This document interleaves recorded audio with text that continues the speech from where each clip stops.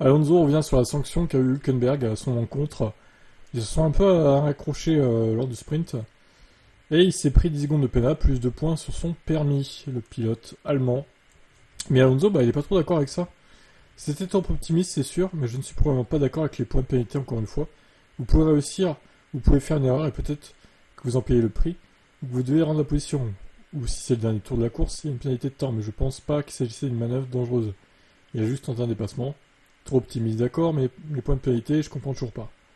Ah, il le défend, alors d'accord, au final, je pensais qu'il a réclamé plus de pénalité, mais non. Il a l'air d'être contre la pénalité de points sur son permis à Hülkenberg. Est-ce qu'il aurait dit la même chose si ça avait été un certain Lewis Hamilton? Pas sûr. Fondamentalement, nous manquons de rythme dans la voiture, nous manquons un peu de vitesse et d'efficacité. Nous avons essayé beaucoup de choses différentes dans la voiture depuis la course sprint jusqu'au qualif. Nous avons changé les pièces aérodynamiques.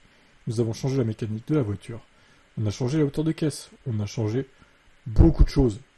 En essayant quelque chose de différent également dans l'autre voiture. Nous avons donc beaucoup de données et beaucoup de choses à analyser.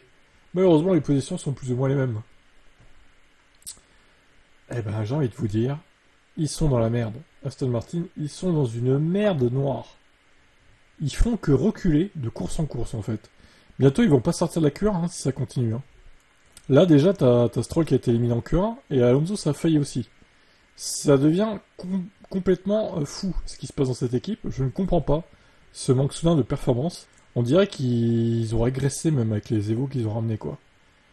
Alors là, il doit pas être serein sur l'avenir. Alonso, il s'est peut-être un peu trop précipité pour signer un contrat supplémentaire dans cette équipe pour les années à venir.